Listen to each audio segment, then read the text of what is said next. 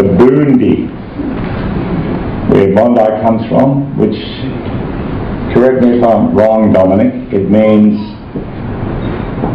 the sound of loud waves crashing, which is why at different times of the year it's not the best break in the world. I'm a bit of a blow-in. I've been here about 25 years and I am a blow-in. And I started off up in Cuttington and Wallara when it was just hippie crash pads, really.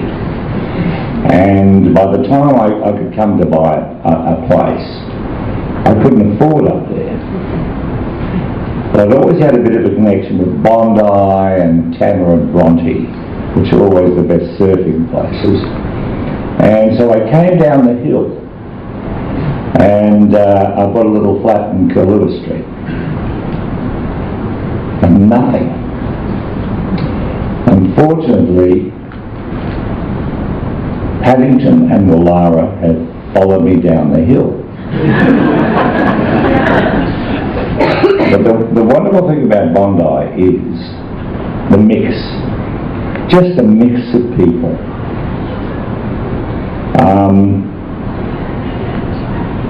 I remember when I arrived, and I had a lot of actor friends and everything who were here, but I ended up hooking up with mechanics, sort of unlikely financial advisors, roofers, and the great thing I loved about them is they were really, really strong Bondi people. And when I went back to my old place in Brisbane, I couldn't tell my mates half the things I was up to because they hadn't had that sort of cosmopolitan background that I had by that stage. And I always felt really comfortable here. And we have to thank for this lovely book, and thank you for this lovely book, and Game, Andrew Metcalfe, and Demelza Marlin.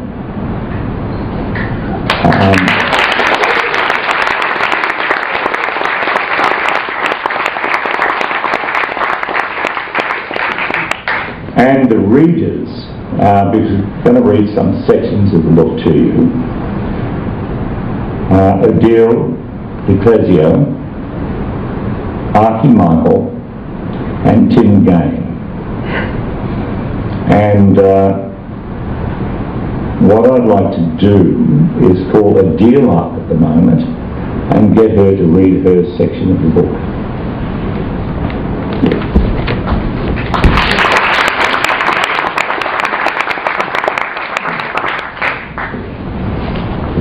Clare, high school teacher. I particularly love it when it's dawn and the light is just starting. As I'm walking, I see what the sea's tossed up. Often it's blue bottles or rubbish or jellyfish. Sometimes there are fish, bits of octopus. I find myself stopping to look. You're weird. Oh, that's disgusting. Oh, that's interesting. Occasionally you get very unusual things, like oranges, which must mean that somewhere out there a crate of oranges has fallen off a ship. Sometimes there's a huge amount of seaweed that's been ripped off rocks, stuff you don't normally see, and yet it's here. And so yeah, I think about that a lot. There's one time of the year when the beach is covered with dead birds, mutton birds I think. I was really shocked the first time I saw it. And I was talking to someone about it, and I think the birds are exhausted at the end of their migration period and get swept up by storms out at sea.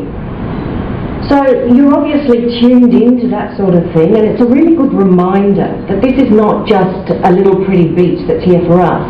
It's this whole huge habitat. Sometimes I turn around at the north end and realise that the sun is going to come up very quickly, so I belt down to the south end and try to be there. I'll only do that at certain times of the year though, because when it rises over the land, there's nothing much to rush for. But in January, that's a really good time to watch it coming up out of the water. It's just exquisite when it does. It's so good to die for. It's the way it wobbles at the point where it's rising above the horizon. I don't know the technical name, but there's this little bluing is a reminder of smallness. I always have this watching the sea. The sea is such an implacable thing. It just goes on, regardless of whether we're here to see it or not. And it can be benign, and it can be a joy, and it can be ferocious and terrifying, and it doesn't care. It just is.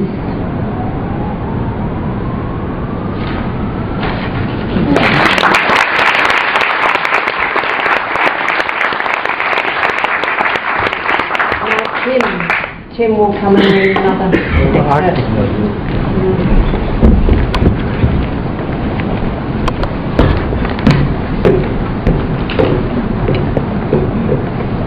I'm not supposed to tell you who this is, but I am going to tell you who this is. Guy, who's in the UK, and he's a graphic designer and a fisherman. I fished off the cliffs up at Dover Heights at night time. There is this mate and me, and we have white polystyrene cups and wine and pizzas. And we've got these big rods because you need to have the strength to pull up tailor and kingfish. And you've got this really complicated rig with pilchards. And you crack one of those little light sticks and add that to your rig. So there are yucky pilchards all around you, and you're on some ledge on the cliff, 60 metres above the ocean, where the previous fisherman has probably left a bit of garbage, which is not that great. And you cast out this rig and listen to the sound it makes and how long it's in the air before it lands in the water. It sits there in the water, and with the light stick it's quite easy to see. And then you get your line together and you sit down. You've got your pizza and your line, and you're fooling around with your mate. And the moon comes up in front of you. The Southern Cross is there. Planes are coming in over there, and there's this sea that's either rough or not rough. And you're watching your line in case something happens. Through the winter you'll be nicely tucked up and you've got your back to the cliff, and it's fantastic. And then you'll see this thing get pulled underneath the water. So suddenly, instead of being just a little float like this, just gently in the water, it will suddenly go underneath. And you'll get all the underwater refraction of the light. And then you have to start pulling this thing, pulling up this fish. Once you've finished, you just pack it all up, walk up to your car 5 minutes away, and then you come to the top of the road and you're in such an urban environment. So you've gone from this wild to the lights of the city. But because you're on a ledge in a kind of little cave area, it's just amazing. You feel as if you're right at the edge of the continent. Thanks.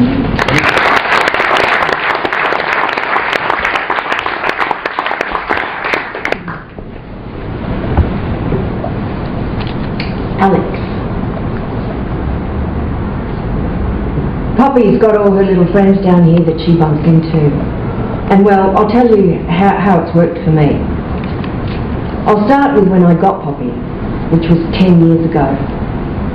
I had been on the sofa for 6 years with a debilitating fatigue that compounded depression. I could hardly walk, I had difficulty talking, my whole social life just disappeared. So anyway, I was listening to the radio one day, and they were saying that if you have really bad fatigue, what you need is exercise. It might feel counterintuitive, but that's the best thing. And I sort of thought, yeah right, you tell my body that, because I can barely move, let alone get up 2 flights of stairs. So I was trying to think of how I could motivate myself to do exercise, and I thought of getting a dog. I thought, well, the dog has to go to the toilet outside, and so I will have to go outside every 2 hours and back up the stairs. I'd never had a dog in my life. I didn't know one end of a dog from the other. But I emptied out my bank account to buy this puppy. I put it in a cardboard box and brought it home. What I discovered with puppies was that you can't have them around other dogs until they're fully vaccinated. So the first 10 weeks I had her in a bum bag on my front and I walked around like that, very slowly. Anyway, it was really interesting because I'm quite a loner. Suddenly, all these people would approach us because she was a beautiful puppy. She looked like this fluffy little teddy bear. She was just divine. Kids would run across the road to pat her and ask me all these questions. And so suddenly all these people in my street are asking, "What's your dog's name?" I'd been living there for 10 years, walking down the street, looking at the ground, avoiding everybody like the plague. Now, I know all the people that have dogs in my street because the dogs make friends with each other and then we make friends with each other. I've never been to any of these people's houses, but when I go out at night I'll often bump into them and we'll walk around the block together so that the dogs can be together and we'll chat. "Oh, how's it going? How's work today?" No one's actually itching for an invitation into anyone's place. But I know that if I was in trouble, I could go to them. If I was in trouble, or my dog was in trouble.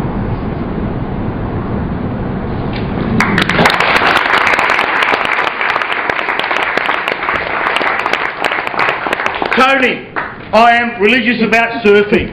Even if I had a situation where I was working very hard in my family business, I'd make sure that at 3 o'clock, after the bank's closed, I'd be at South Bondi, no matter hail, rain, shine, thunderstorm, cyclone. I meditate with my surfboard, it's my religion. It's one thing I'm very punctual about, and if anyone wants to find me, you know, business people with their suits and shoes, or the police who want to give me a warrant for something, they know they can find me on the beach. I'm a specialist of the biggest waves. And when you catch one, you don't remember it. You're in a trance, riding a wave without the focus of your vision, feeling the nature of that wave in the tube. You can't see because of the spray in your eyes. You're just touching the wall of the wave with your fingers to know where you are, feeling the feeling, the pressure of the board. It's an incredible feeling to make it through with adrenaline pumping because you know that if you screw up, it's going to be a pretty hard fall. So I come out of the surf a little tired from the whole week's work and it's rejuvenated and refreshed me, and I have a bit of a sleep on the sand here. I let the sun warm up my body and I dream about the waves. It's only a kilometre from Bondi to the CBD, and the CBD is full of the worst evil men in the whole world, but the surf has cleansed and detoxed me like a baptism. When I wake up and I look around and South Bondi is famous for topless girls and G-strings, I think I've died and gone to heaven. Surfing helps me deal with pressure, and I've had a lot because I ran a youth service for 20 years full on. I opened up my car park as a life support scheme for the disadvantaged youth and the kids, troubled youth from all backgrounds. I was able to rescue tens of thousands of kids and give them a lot of fun. The magistrates' courts are full of young men, and they lock them up and they victimise me for coming up with solutions that they should have had, because all kids need is a bit of direction. You know, they've got all this incredible energy. Give them a place where they can skateboard up a wall and do all these incredible physical things. Give them a paintbrush and spray cans. Let them paint the wall. Surfing's taught me there's a positive side to every negative. Not to swim against the current, but to use the rip to my advantage. So if you've got the evil forces out there, you don't actually go hard up against them. You flow with them and try to get the best positive result out of them. I'm like a rodeo clown. I believe that you go further in life if you can make people laugh.